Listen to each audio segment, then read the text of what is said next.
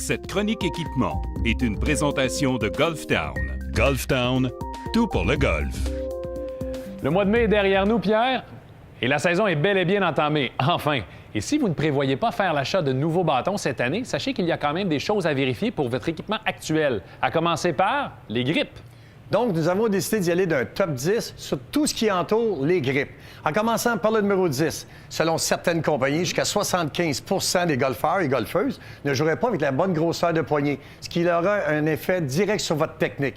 Donc, renseignez-vous pour savoir si vous avez la bonne grosseur de poignée pour vos mains. Numéro 9, la durée de vie d'une poignée est d'environ 70 parties. Et ça n'inclut pas vos pratiques au terrain d'exercice. Numéro 8, une grippe trop usée fera donner votre bâton trop serré. Donc, résultat, le transfert d'énergie entre vous et le bâton sera limité par la résistance à tenir votre bâton.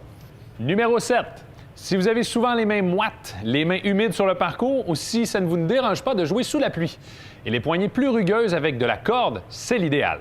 Le numéro 6, si vous avez l'habitude de jouer au golf sans porter de gants, on vous suggère un modèle de poignée à la texture et au motif minimaliste.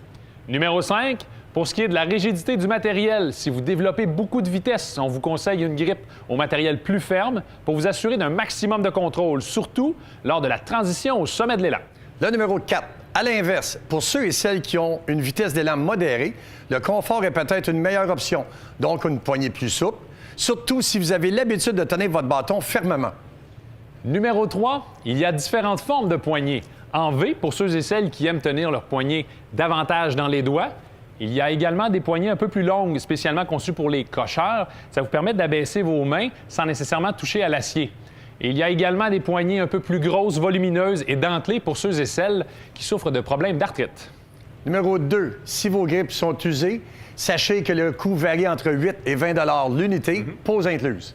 Et numéro 1 des choses à savoir pour vos prises, c'est comme vos faces de bâton. Elles ont besoin d'entretien et d'être lavées.